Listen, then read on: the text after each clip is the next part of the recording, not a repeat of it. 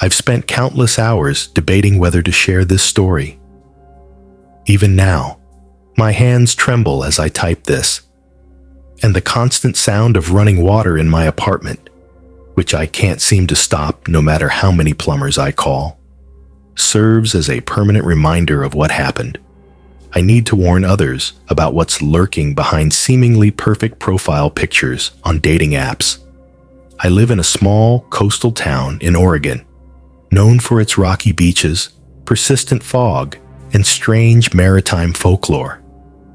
The locals here have always whispered about merfolk sightings dating back to the town's founding in 1867. I used to think these were just stories to attract tourists to our sleepy town. You know, like how every small town has its own Bigfoot or ghost story. The gift shops here are full of mermaid merchandise, and there's even an annual mermaid festival every summer. But now I know better. God, do I know better? As a 35-year-old software developer working remotely, my social life was practically non-existent. My best friend Greg kept telling me to get out there, but in a town of just 3,000 people, your dating options are pretty limited. That's what led me to download Tinder one particularly lonely Friday night in October, after too many beers and a horror movie marathon that only emphasized my solitude. I should mention that I'm nothing special to look at. Average height, average build, with the kind of face that people forget 5 minutes after meeting me. My last relationship ended 2 years ago when my ex moved to Seattle for a better job opportunity. Since then, it's just been me, my coding projects, and my cat Luna. The first few days on Tinder were exactly what you'd expect. A few matches with local women I already knew from high school, some tourists passing through, and the occasional bot account. But then I saw her profile. Serena's first photo made me stop mid-swipe. She was stunning in a way that seemed almost unreal.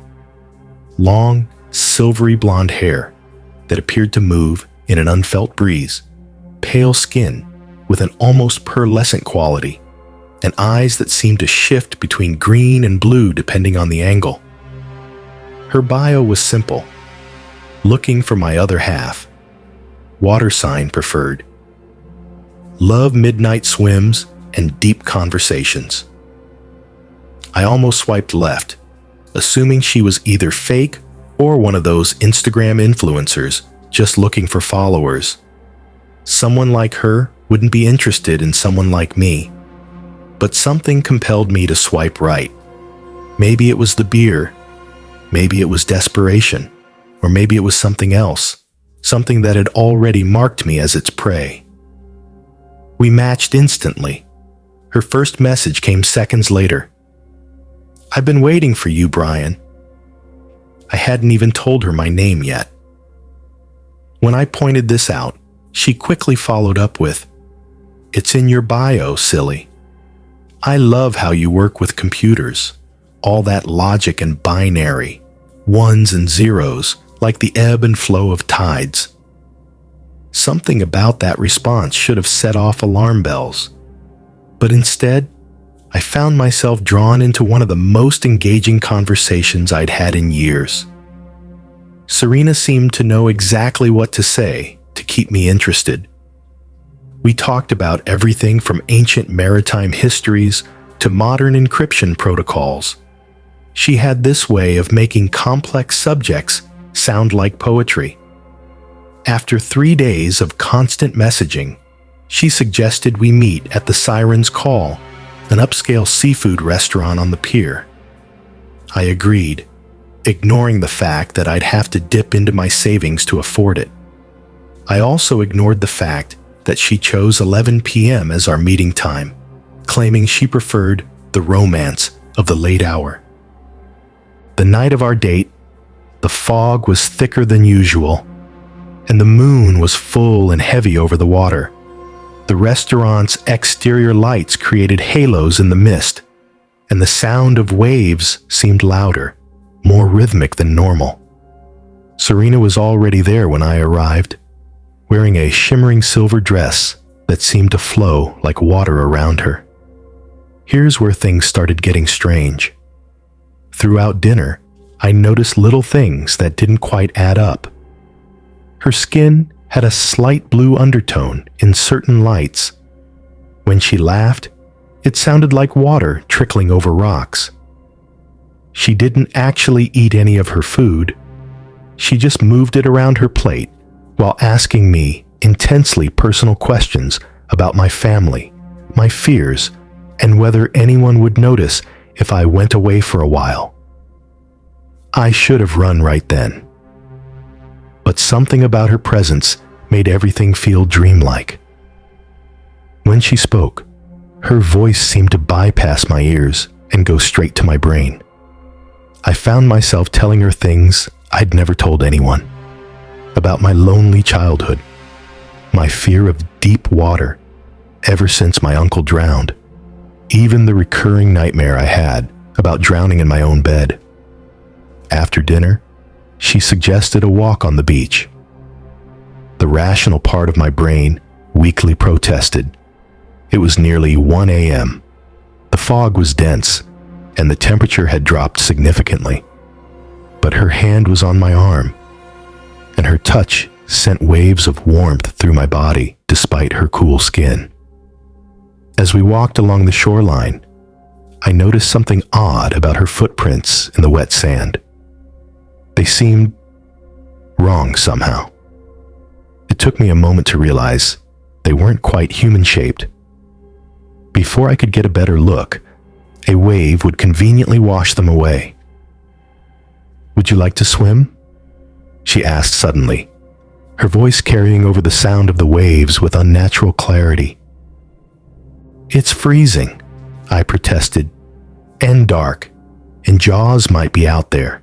Remember the scene at the beginning of the movie when the woman took a skinny deep and—" I stopped realizing that was in poor taste. She laughed that trickling water laugh again. That would never happen to me. But the best swimming is done in darkness, Brian. That's when the water reveals its secrets. I felt a pull toward the water that wasn't entirely natural. My feet started moving on their own, and I had to physically force myself to step back. Plus, the Jaws theme playing in my head. That's when I saw her eyes in the moonlight. They had vertical pupils, like a cat's. I should get home, I stammered. "Early meeting tomorrow?" Something flickered across her face. Disappointment? Anger? Before she smiled again. "Of course, but you'll come swimming with me soon, won't you? Promise me." I mumbled something non-committal and practically ran back to my car. When I looked back, she was still standing at the water's edge, and I swear she was glowing faintly in the darkness. That night, I had terrible dreams. I was underwater, but I could breathe. Serena was there, but she wasn't human anymore. Her lower half was a powerful tail, and her beautiful face had sharp teeth behind those perfect lips. She was singing, and all around us were the floating bodies of men, their faces peaceful in death. I woke up to the sound of dripping water, but all my faucets were tight. My sheets were damp with what smelled like seawater. The next day, I tried to talk to Greg about it. He's usually the skeptical voice of reason in my life, but when I showed him Serena's profile, something strange happened. The photos were still there, but they were different somehow. Less ethereal, more like regular dating profile pictures. I started to question my own memory of the previous night. Then Greg said something that chilled me to my core. "Dude, this profile looks familiar. I think I saw the same photos when I was on Tinder like 5 years ago, but the name was different." That's when we started digging. Greg works as a local history librarian, and he had access to digital archives of our town's newspapers going back decades. What we found was disturbing. Every 7 years, like clockwork, men would disappear from Crescent Bay. Always young, single men, always after being seen with a beautiful woman near the water. The descriptions of the woman were eerily similar across decades. Silvery blonde hair, otherworldly beauty, seen near the water at night. But here's where it gets really weird. We found photographs. A woman who looked exactly like Serena, standing on the same pier in 1985. Another from 1964. Same woman, same pier. The oldest was from 1922. Yellowed and faded, but unmistakably her. She hadn't aged a day. While we were looking through these records, my phone kept glitching. Serena's messages would appear and disappear. Sometimes they were normal. Missing you already. Other times, they were disturbing. The water is waiting for you. Don't you want to see what's below? The worst was, your blood type is perfect. A B negative is so rare. I never told her my blood type. Greg suggested we take our findings to the police, but I knew how that would sound. Officer, I think I'm being stalked by an immortal mermaid who's using Tinder to hunt men. Right. That night, I started noticing strange things in my apartment. The air felt humid, like the inside of a greenhouse. The walls were constantly wet to the touch. My cat, Luna, refused to come out from under the bed, hissing at nothing. And the sounds. God, the sounds. Like singing, but just at the edge of hearing, making me doubt my own sanity. I tried to delete my Tinder account, but it wouldn't let me. The app would crash every time I tried. Then Serena's messages started coming through other apps. Instagram, Facebook, even my work Slack. Always with the same theme.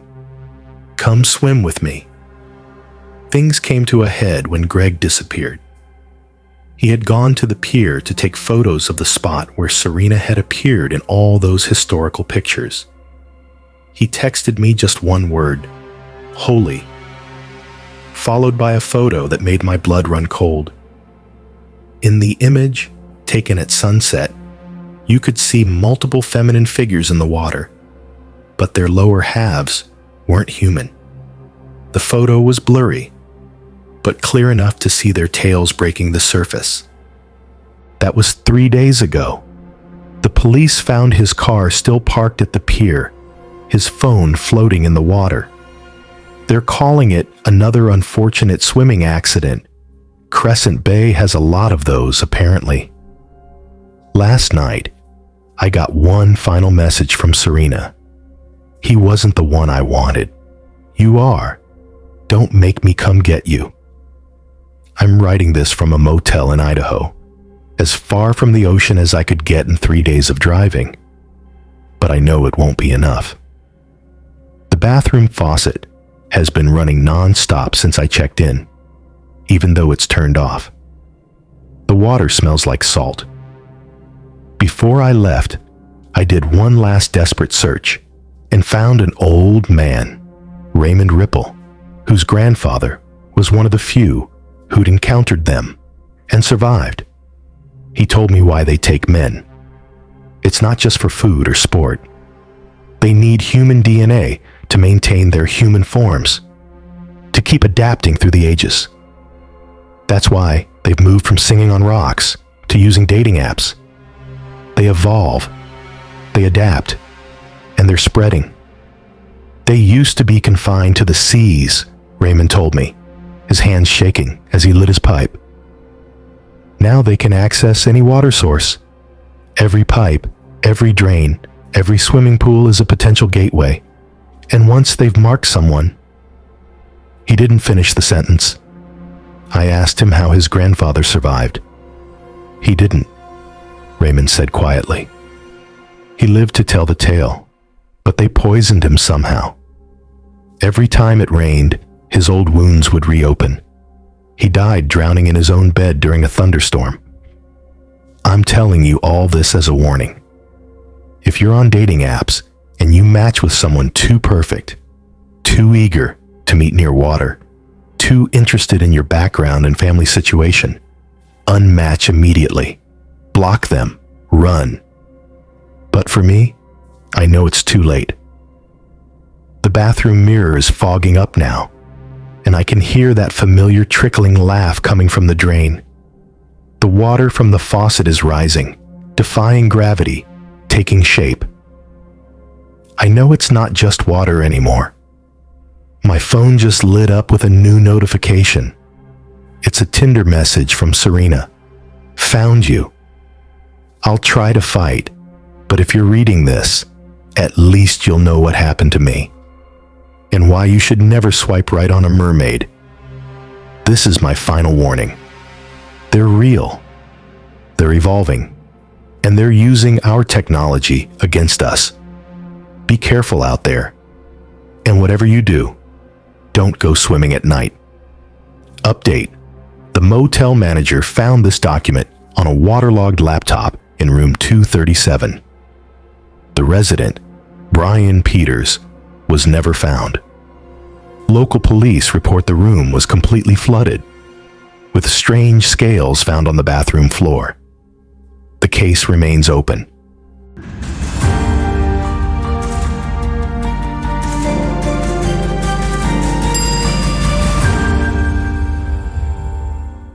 I received this story from a subscriber who grew up in a small fishing town near Lagos, Nigeria. What they witnessed there has haunted them for years, and after verifying some details with local news reports, I felt compelled to share it. As always, viewer discretion is advised.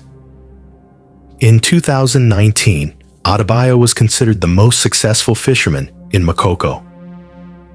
If you're not familiar with Makoko, it's often called the Venice of Africa, a waterfront community where houses stand on stilts above the lagoon, and boats are as common as cars.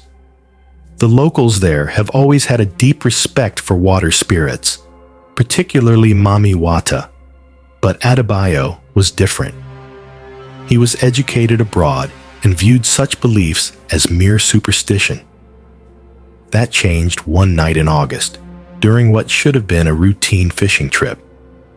The water was unusually calm, almost glass-like, reflecting the full moon perfectly. Adebayo had taken his new boat, a modern fishing vessel that stood out among the traditional wooden canoes, further out than usual, hoping to find better catches in deeper waters. Around midnight, his nets caught something massive. The machinery strained as he tried to pull it up, and at first he thought he'd snagged a sunken tree. But when he finally got the catch to the surface, he found himself staring into the eyes of a beautiful woman.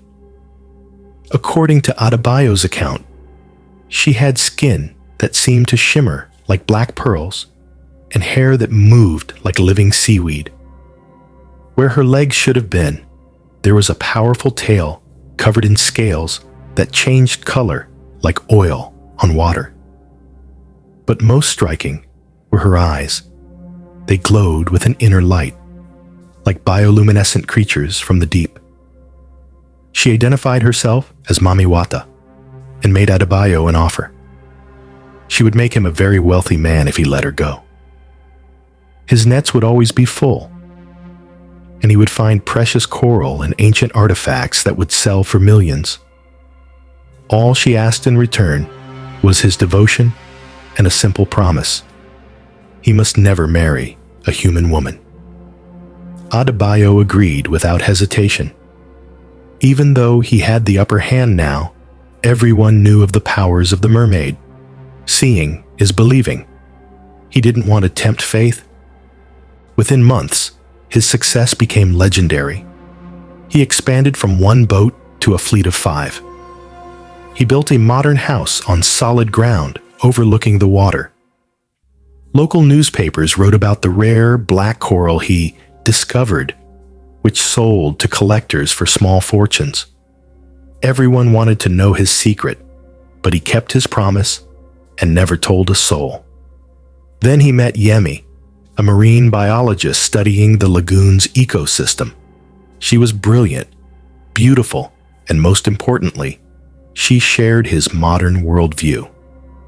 For the first time, he found himself questioning his arrangement with Mami Wata. Surely, he thought, it had been his own skill and hard work that brought his success, not some mythical water spirit.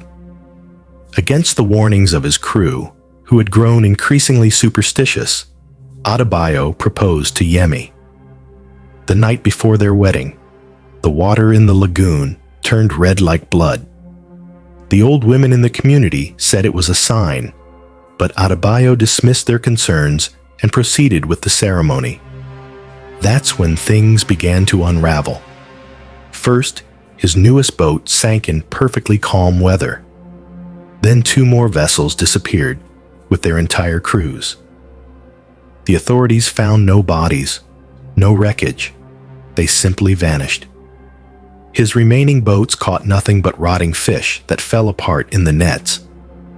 But the true horror came 3 months after his wedding. Yemi was conducting research on the lagoon when she disappeared. The police found her boat, empty except for her equipment and a puddle of water that, according to witnesses, moved against gravity, flowing up the sides of the boat before disappearing over the edge. Adebayo became obsessed with finding her. He spent every night on the water, calling out to Mami Wata, begging for forgiveness. Local fishermen reported seeing him talking to something in the water, but whenever they approached, there was nothing there but oddly still water. 7 days ago, Adebayo's empty boat was found drifting in the lagoon. The only trace of him was his wedding ring, lying in a small pool of water on the deck. When the police tried to collect it as evidence, the water moved, forming briefly into what they swore was the shape of a woman's hand, before dissolving and draining away through the boards.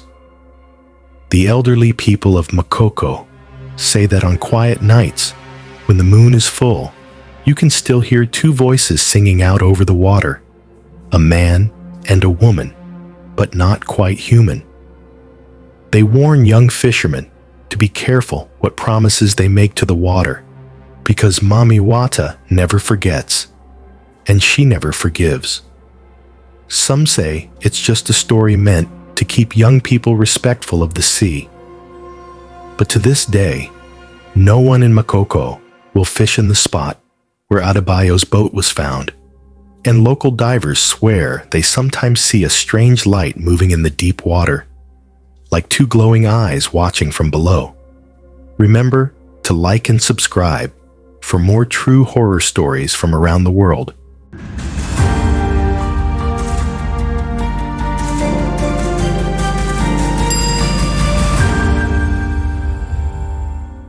I just wanted a hookup, not a haunting. That's what I keep telling myself as I write this, hoping that somehow putting these words down will help me make sense of what happened that night in Thailand. Maybe someone out there will believe me. Maybe someone else has seen what I saw in those dark waters. I was 3 months into my Southeast Asian backpacking trip when I landed in a small village outside Ayutthaya. It was supposed to be a quick 2-day stop, just long enough to see the temples and move on. But the hostel was cheap, the food was good, and I found myself extending my stay, mostly out of pure laziness. By day 5, I was going stir-crazy. The village was picturesque, sure, with its network of ancient canals weaving between old wooden houses and temple ruins. But the nightlife consisted of exactly 1 bar that closed at 10 p.m., and I was getting desperate for some company that wasn't fellow backpackers, trading the same tired stories about full moon parties and cooking classes. That's when I made my first mistake, firing up Tinder. My profile was basic. Just a couple of photos from my travels and the universal code for not looking for anything serious. Looking for fun. I wasn't expecting much in such a small place. Maybe a few matches with other tourists passing through. Then May's profile appeared on my screen and everything changed. Her photos were stunning. The kind of beauty that makes you doubt whether the profile is real. Long black hair that seemed to float around her like silk in water. Eyes that caught the light in an almost otherworldly way, and skin that looked as smooth as polished pearl. Her bio was simple. Let me show you the real Thailand. I love nature and local experiences. I swiped right without hesitation, and to my surprise, we matched instantly. Her first message came seconds later. The moon is beautiful tonight. Perfect for a walk along the Klongs. Looking back, I should have noticed how strange her messages were. Between the flirty banter and suggestive emojis, she kept dropping these poetic lines about the canals, or Klongs, as she called them. She talked about how the water sang at night, how the moon's reflection danced on its surface like silver scales. I barely registered it at the time, too focused on what I thought was going to be an easy hookup. We agreed to meet that night by the main canal, near an old wooden bridge the locals said was hundreds of years old. Earlier that day, I'd overheard some old-timers at the market talking about the canal's guardian spirit, some kind of water princess who protected the waterways. They claimed she appeared as a beautiful woman who lured disrespectful foreigners to their doom. I remember laughing it off as the kind of story they probably told every tourist. When I arrived at the bridge, May was already there, wearing a traditional Thai dress that seemed to shimmer in the moonlight. Up close, she was even more beautiful than her photos, but there was something about her that made the hair on the back of my neck stand up. Her skin had an almost translucent quality, and her eyes, they seemed to reflect the water's surface even when she wasn't looking at it. "You came," she said, her voice as smooth as honey. "Most foreigners are too afraid to meet by the water at night." "Afraid of what?" I asked, trying to sound confident. She smiled, and for a moment, I swore her teeth looked sharper than they should have been. "The stories, of course. Haven't you heard about the Naga princess who lives in these waters?" I played along, thinking this was just her way of building atmosphere. "Yeah. Something about a water spirit who drowns people. Seems like every tourist spot has a story like that." May's expression changed for a split second, something between amusement and pity. "You Westerners always think you know better. Come, walk with me. I'll tell you the real story." As we walked along the canal, May told me about the princess, how she wasn't just a spirit, but a powerful being who had protected these waters for centuries. According to May, the princess took different forms to test visitors, punishing those who showed disrespect to the sacred waters. "And how does she punish them?" I asked, only half listening as I tried to figure out how to steer the conversation in a more interesting direction. "She gives them what they desire most," May said, trailing her fingers in the water as we walked. "But desires can be dangerous things." I started noticing strange details I couldn't explain. May's footsteps made no sound on the wooden walkway. Her skin seemed to glow faintly in the darkness, and when she moved, her dress rippled like water. But the strangest thing was how the canal itself seemed to react to her presence. The water would surge slightly whenever she touched it, and I could have sworn I saw shapes moving beneath the surface, following our path. My head started feeling fuzzy, filled with images I couldn't explain, shimmering scales, lotus flowers blooming in darkness, eyes glowing beneath the water's surface. I blamed it on the heat, on the couple of beers I'd had earlier, on anything that made more sense than what my instincts were screaming at me. "Would you like to swim?" May asked suddenly, gesturing to a secluded spot where the canal widened into a pool. "The water is perfect tonight." Every rational part of my brain was telling me this was a bad idea. Swimming in a canal at night. But May was already stepping into the water, her dress floating around her like a cloud of ink. "Come," she said, her voice somehow both sweet and commanding. "Don't you want to experience something real?" I followed her into the water like a man in a trance. It was cooler than I expected, and surprisingly deep. May swam with incredible grace, barely making a ripple as she moved. As I watched, her movements became more fluid, more inhuman.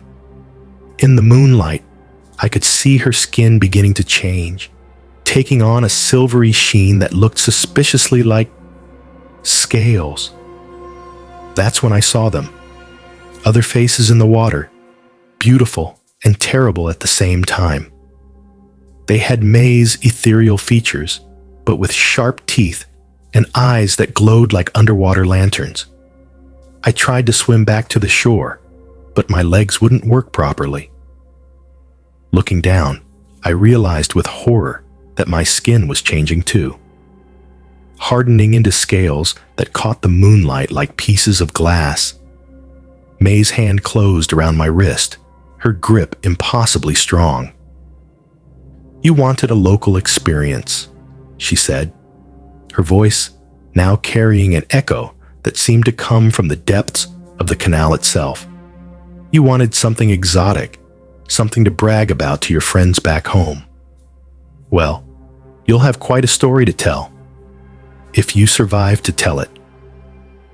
I fought like a madman, thrashing and kicking against hands that felt more like claws. Something sharp grazed my leg, and I felt warm blood mixing with the cool canal water. The other figures were closing in, their beautiful faces twisted into predatory grins. In my panic, I remembered something I'd seen at one of the temples, a protective prayer.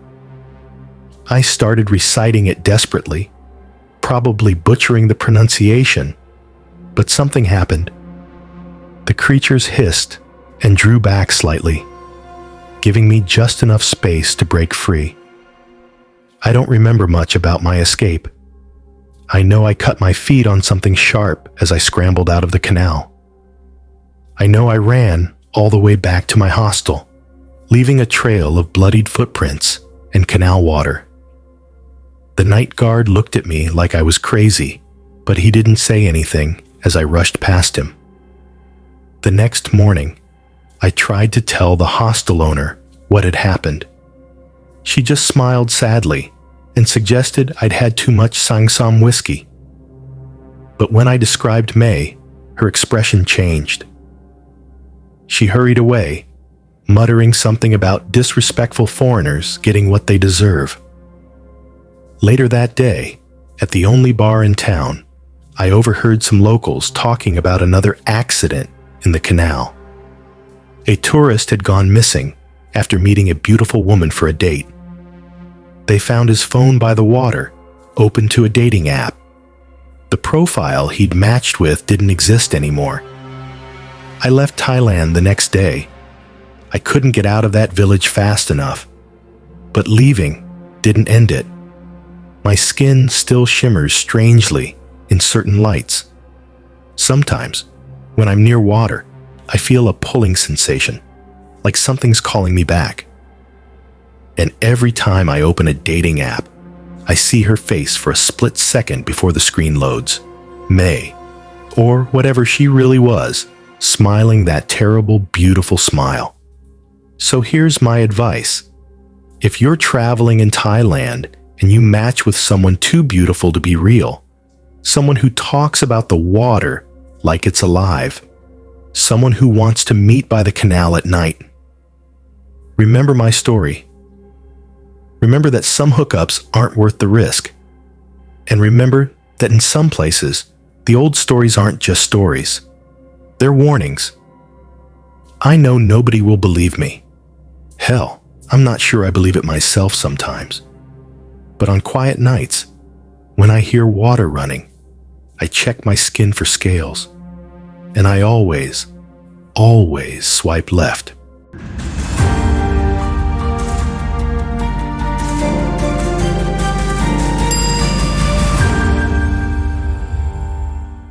I should have never swiped right. I live in a small fishing town on the coast of Denmark, the kind of place where everyone knows everyone, where old legends still whisper through the cracks of everyday life. People here don't question the sea. They respect it, fear it even. I didn't, not until I met her. It started like any modern romance, a dating app. I wasn't even that into it, but my best friend Eric convinced me. Bro, you're going to die alone in this town if you don't expand your options. He wasn't wrong, so I downloaded the app. Most of the profiles were forgettable, but then I saw her, Elizabeth. She was stunning, long black hair, piercing gray eyes, and skin so pale it almost glowed. There was something timeless about her, like she didn't belong in this century. Her bio was short, looking for someone who understands the sea. No games, no lies. I swiped right. Instant match. Her first message came almost immediately. You're a fisherman? Born and raised. Then you know how to listen to the ocean? That was an odd question. I guess. Good. I only like men who respect the water. We talked for days, but her messages always felt different. No small talk, no emojis. She only ever asked about the sea, its moods, its dangers, its secrets. Then finally she said, meet me. Midnight. The old dock. I hesitated. The old dock was abandoned, half rotten and barely standing. No one used it anymore. But I was too intrigued to say no. That night, I made my way to the dock. The wind was sharp, the salt thick in the air. She was already there, standing at the edge, her bare feet hovering just over the water. You came, she said, smiling. She was even more beautiful in person, her eyes shining under the moonlight. But something felt off. The way she moved, too fluid. The way her hair barely shifted in the wind. Still, I didn't question it. We talked for hours, and she asked me things no normal girl would ask. Have you ever heard singing out at sea? Do you believe in things we can't explain? If I asked you to keep a secret, would you? Each time, I answered yes. Then she kissed me. I don't know how to describe it. It wasn't just a kiss. It was like the ocean itself was pulling me under. I felt weightless, breathless, drowning in her. And just like that, I was hers. For weeks we met in secret, always at night, always by the water. But there were rules. She wouldn't meet me anywhere but the shore. She wouldn't let me see her home, and she never let me touch her legs. Some things are better left unknown, she whispered. I should have asked more questions. Then one night she disappeared. No messages, no calls, just gone. I searched the shore, the cliffs, the docks. Nothing. Then a storm hit. The sea was violent, thrashing against the rocks like it was angry. That's when I saw her. Or what was left of her. Elizabeth was in the water, but she wasn't standing. She wasn't even human. Her eyes were too wide, her skin too smooth. And below the waves, where her legs should have been, there was only a long, shimmering tail. A siren. Mermaid. I couldn't move.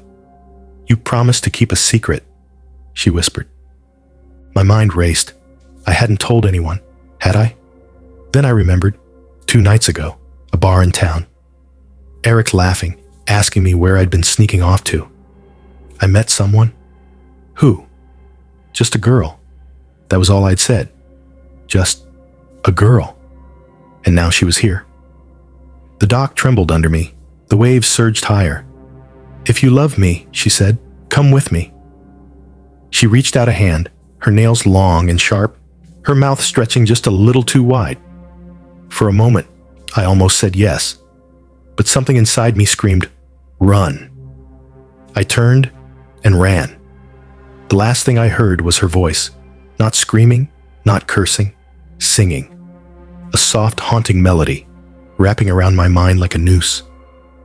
The old dock collapsed behind me, and when I looked back, she was gone.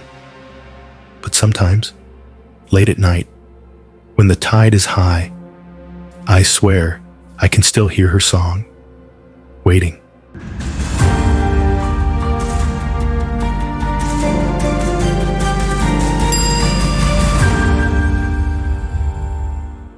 I'm deliberately keeping details about the village's location vague.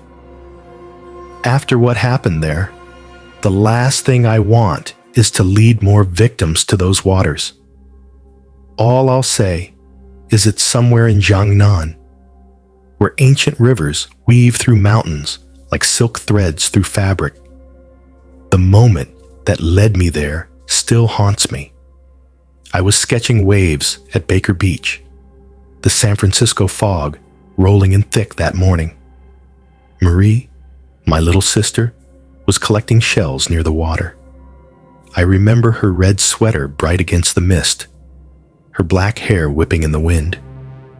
The tide was unusually strong that day. I was so absorbed in capturing the way sunlight fractured through the waves, I didn't notice the silence. When I looked up, her red sweater was just a dot bobbing in the water. I ran, screaming her name, but the waves kept pushing me back. The undertow had her. Through the churning foam, I saw her hand reach up one last time, fingers spread like a starfish, before the ocean swallowed her whole.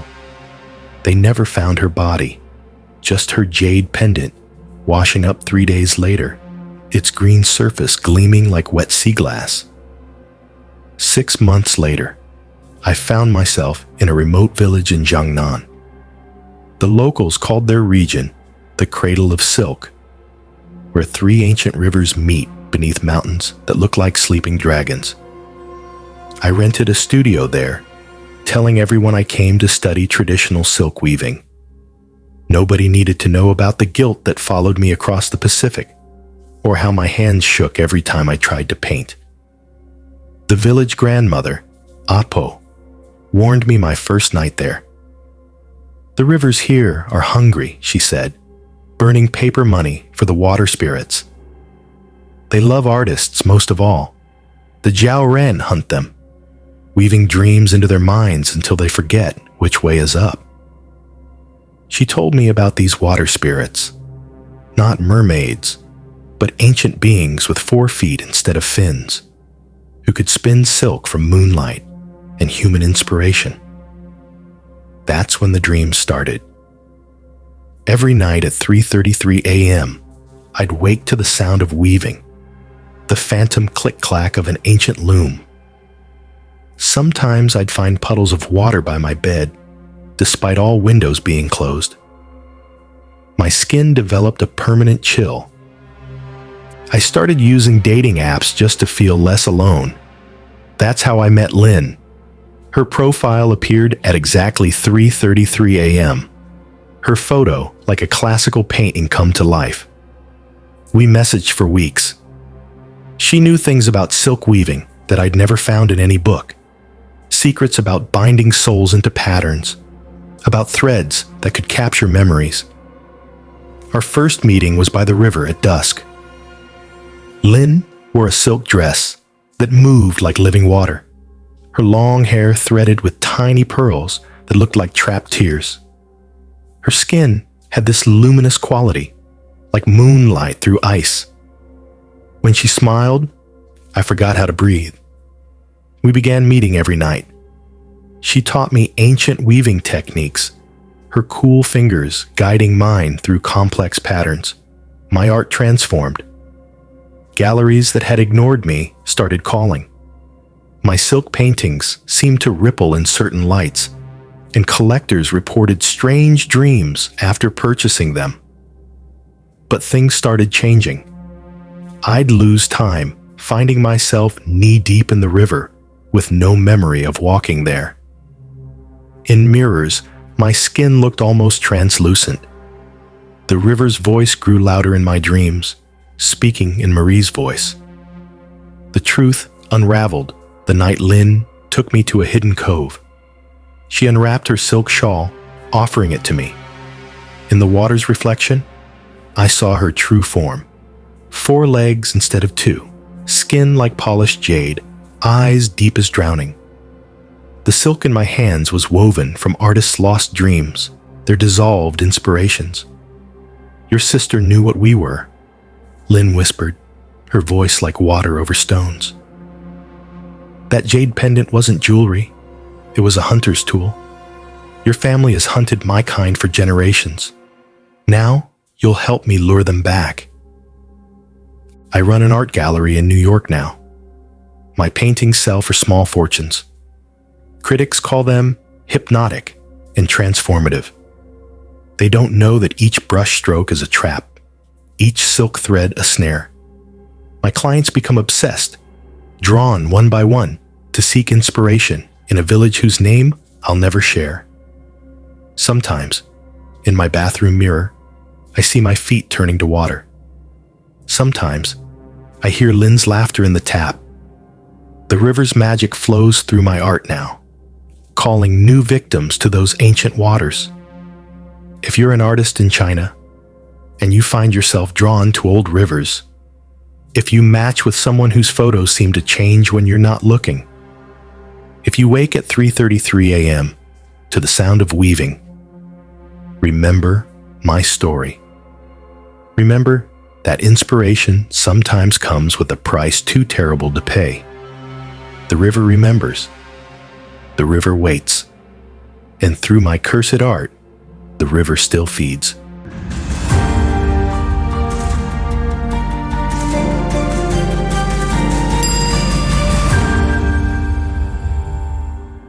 They say the lake takes what it wants. I used to laugh at that until I met her. I had just moved to a small, quiet town in Eastern Europe. I don't want to name the exact place for obvious reasons. They are still very much around. I needed a fresh start, a place where I could escape the noise in my head. My anxiety had gotten worse after a bad breakup, and I thought the solitude of a rural town might help me heal. Instead, the isolation only made things worse. I spent too much time alone with my thoughts, with nothing but the wind in the trees and the still, glassy lake outside my window. I downloaded a dating app, hoping for some kind of distraction, maybe even a little companionship. That's when I saw her profile. Anya. She was stunning. Pale skin, dark hair that cascaded over her shoulders, and eyes so deep I felt like I could drown in them. Something about her picture unsettled me, though. I couldn't quite place it. It was almost too perfect, like it had been captured in a dream. Still, I swiped right. To my surprise, she matched with me almost instantly. Our conversations flowed effortlessly. She seemed to know exactly what to say, mirroring my thoughts and fears in a way that felt unnatural. When I mentioned my anxiety, she spoke as if she had lived through it herself. When I hesitated, she reassured me, always saying just the right thing. It felt like she knew me better than I knew myself. At first, I told myself I was overthinking. Maybe it was just chemistry. But little things started to gnaw at me. She knew details about my life I hadn't told her, things from my past that she brushed off as intuition. I should have walked away then. I didn't. Instead, I agreed to meet her. She chose the lake. We met at dusk, the sky bleeding red over the water. She looked even more beautiful in person, but something about her presence made my skin crawl. She was too still, too perfect. The way she moved, the way she spoke, it was hypnotic. I felt lightheaded, like I wasn't entirely in control of my own body. We walked along the shore, and she told me stories about the Rusalki, but not the ones I'd heard before. In her version, they weren't monsters. They were lonely, longing for connection, for someone to understand them. Her voice was soothing, but something about the way she spoke made me uneasy. She talked about them like she knew them, like she was one of them. The days that followed felt like a blur. Anya became my world, consuming every part of my life. At first, it felt like love, like I'd finally found someone who understood me. But then things changed. My dreams turned dark. I saw myself standing at the edge of the lake, my reflection rippling in the water, whispering things I didn't want to hear. Anya's presence in my life became suffocating. She discouraged me from talking to my family, my few friends. "They don't understand you like I do," she would say, and I believed her. One night, she took me to a secluded part of the lake. The air was thick with mist, and the water was unnaturally still. She held my hand, her grip ice cold. "I need you to help me," she whispered. Her voice echoed in my head, distorting, stretching into something inhuman. I blinked, and for a moment, I swore her face changed. Her eyes darkened, her smile widened, too wide. The wind carried voices, whispers that came from nowhere and everywhere at once. The other figures emerged from the fog, their faces strangely familiar.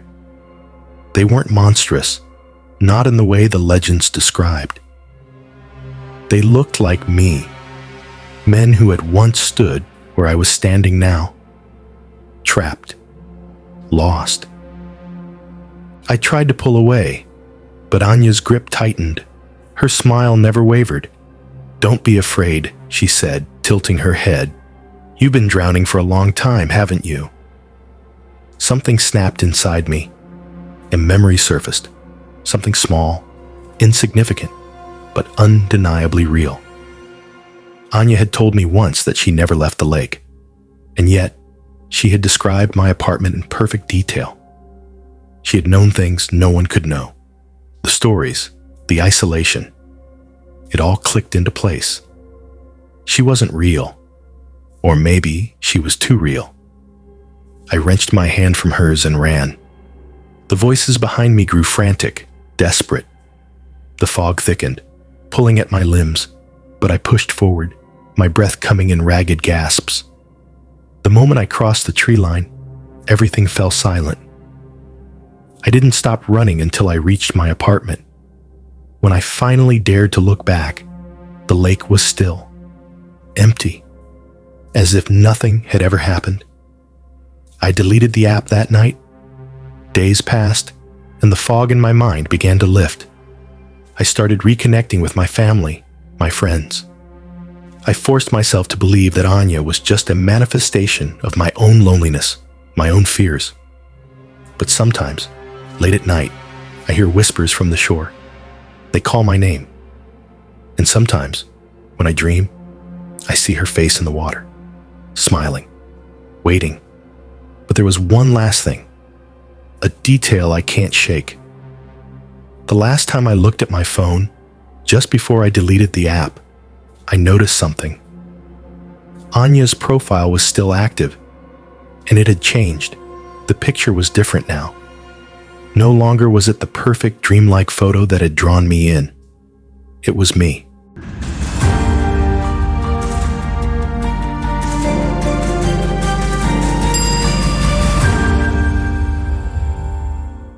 The thing about photographing the Amazon?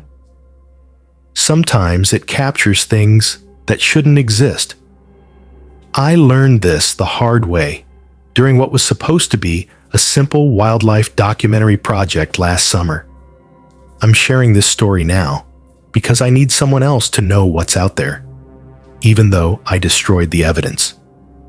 I'd been in Brazil for about 3 weeks, stationed in a small town along the Amazon River. The locals called it Porto das Sombras, Port of Shadows. Looking back, I should have taken that name as a warning. I was there on assignment for a streaming service documentary about river life. Pretty standard stuff, or so I thought. The humidity was brutal. My equipment kept fogging up, and getting clean shots was a nightmare. Every morning, I'd head out before dawn, trying to capture wildlife in their natural habitat. But something always felt off. The animals seemed to know I was coming, disappearing just before I could get them in frame. The locals tried to warn me. They'd see me heading out with my gear and shake their heads. One old woman grabbed my arm one morning as I passed her fruit stand. Her eyes were intense, almost desperate. "Some parts of the river belong to her," she said in broken English. "The Yara doesn't like being disturbed." I smiled politely and kept walking. I'd heard about the Yara legend, some kind of mermaid who lured men to their deaths. Just another local superstition, I thought. I was more concerned about getting the shots I needed before the light changed. That attitude changed the day I met her. I was set up near a bend in the river during golden hour, my favorite time to shoot. The light was perfect, soft, golden, making the water shimmer like liquid amber. I was focusing on a series of ripples when I saw something move through my viewfinder. At first, I thought it was a river dolphin, but the movement was too graceful, too purposeful. Then she emerged from the water.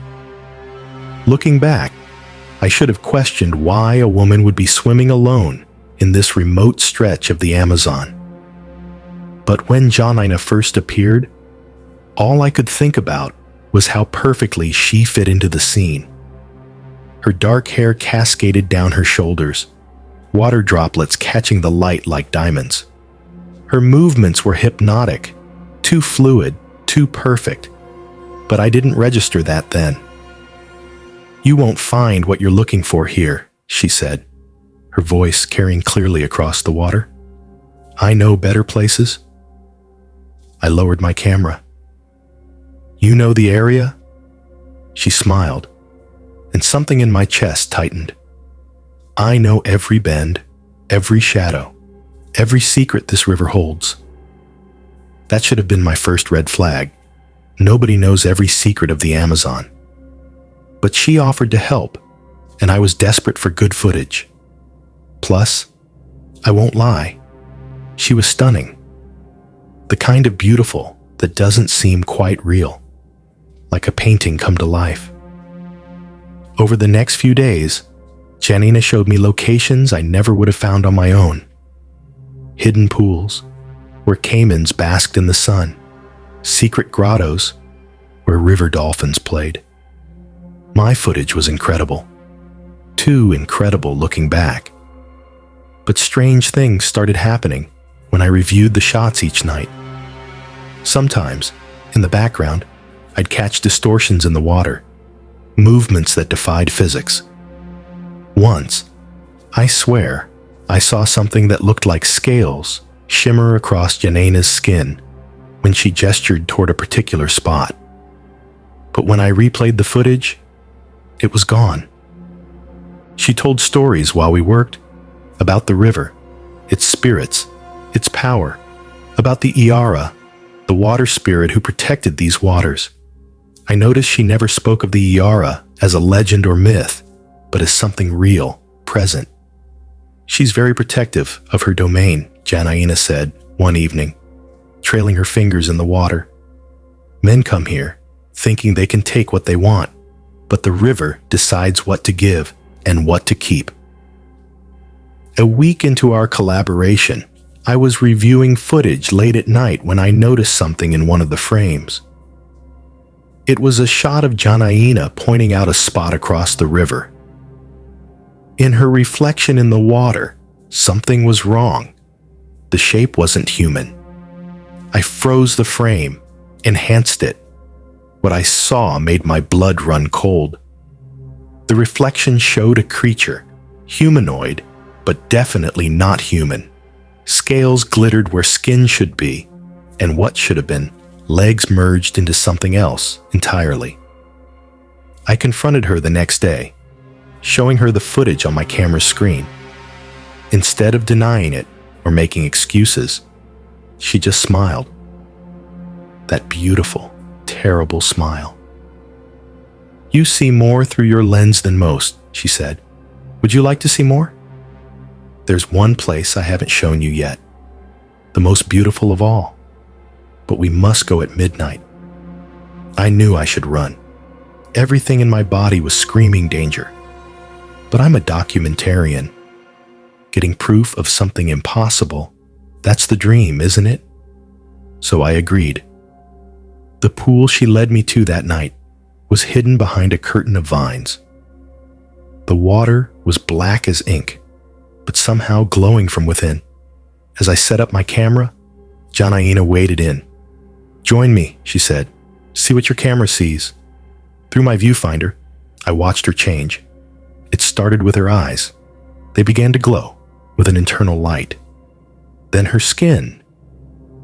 God, her skin. Scales erupted across it like mercury spreading across glass. Her legs merged, transformed into something powerful and serpentine. I kept filming, unable to move, as other figures emerged from the water. All beautiful, all wrong. Their faces were too perfect, too symmetrical, their movements too fluid to be human. That's when I realized all my footage, everything she'd helped me capture, it wasn't for my documentary. It was proof of their existence, and I was never meant to leave with it. Janaína lunged for me, inhumanly fast.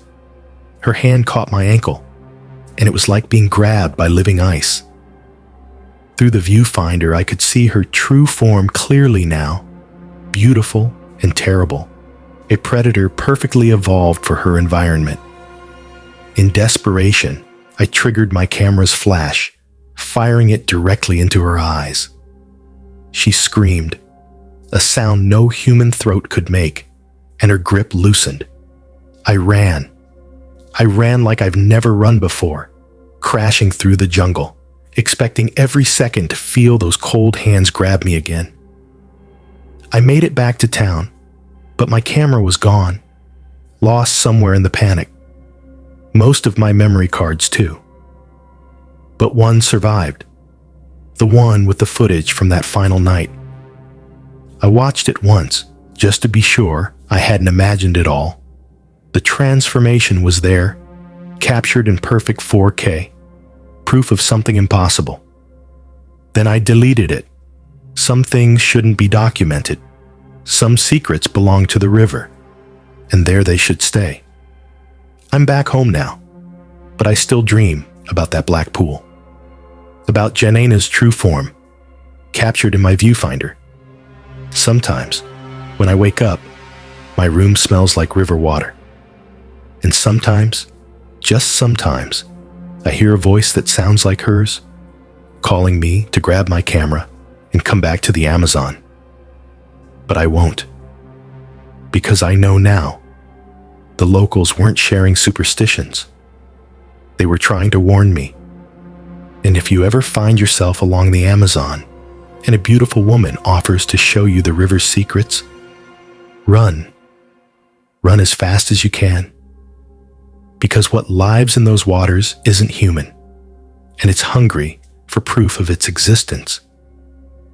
Just don't try to capture it on camera. Trust me on this one.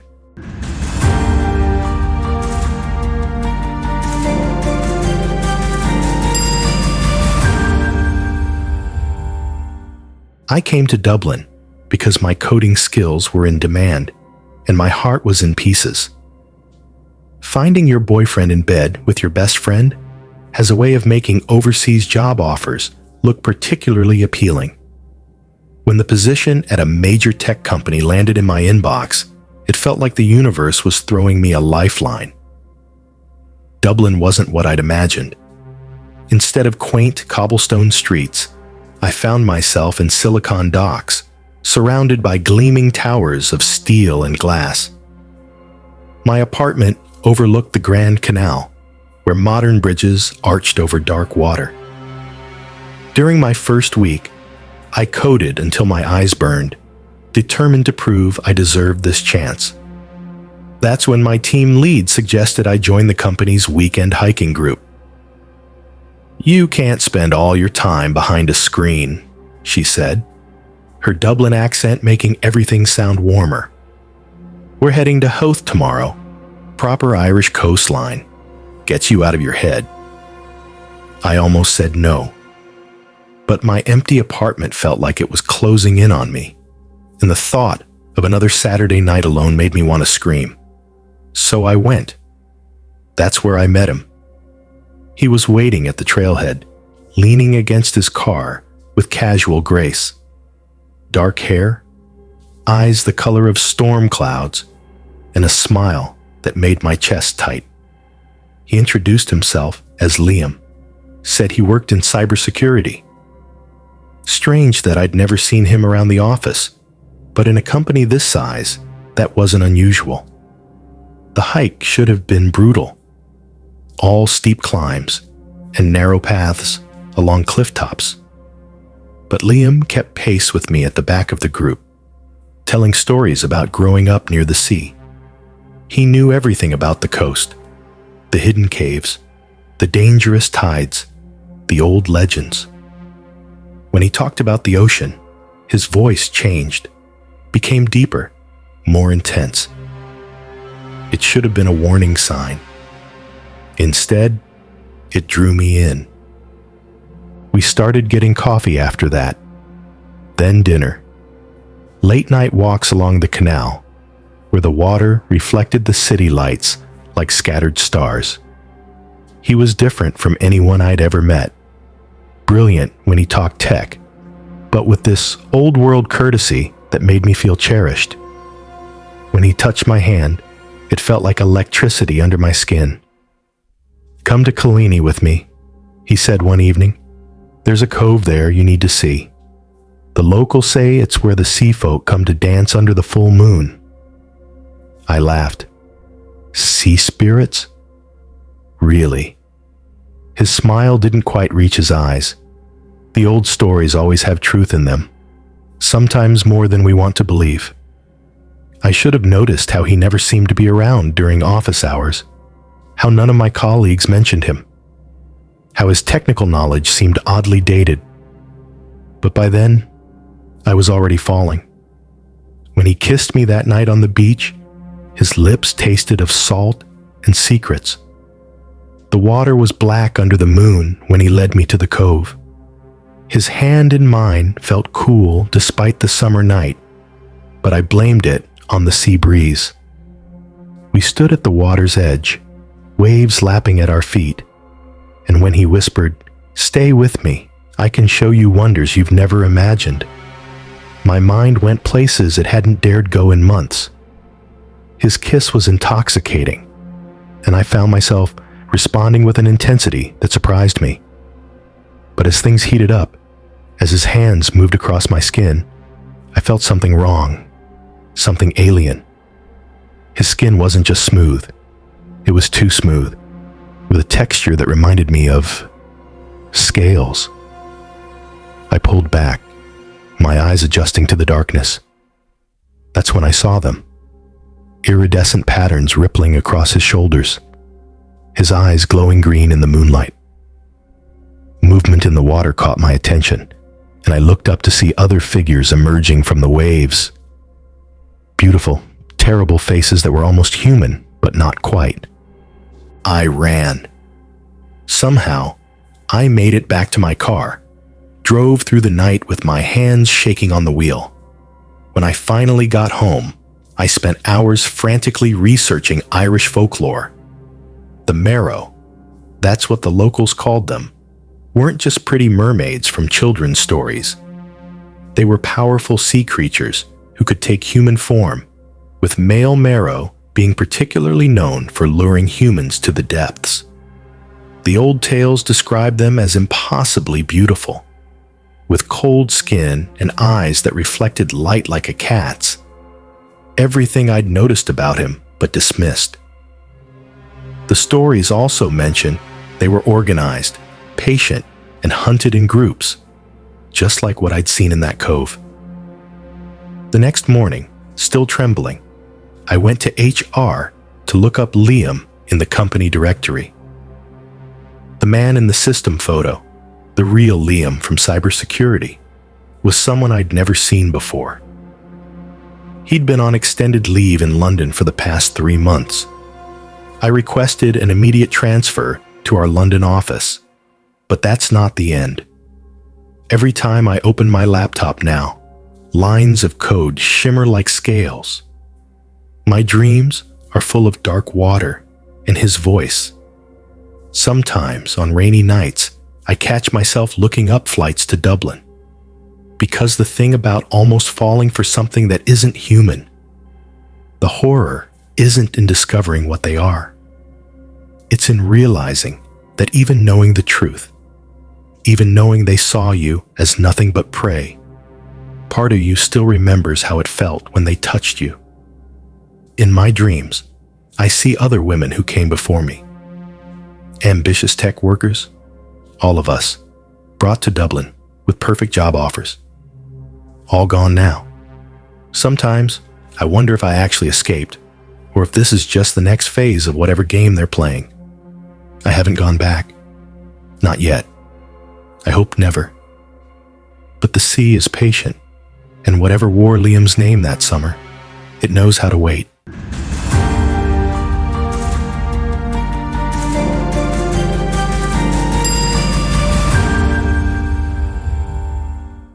She called 911, but no one came. A rookie cop found her body in a motel.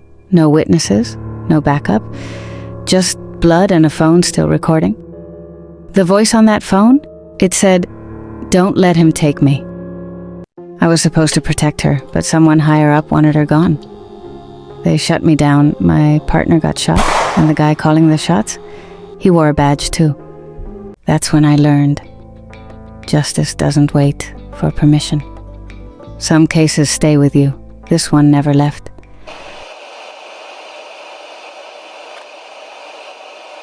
Don't let him take me.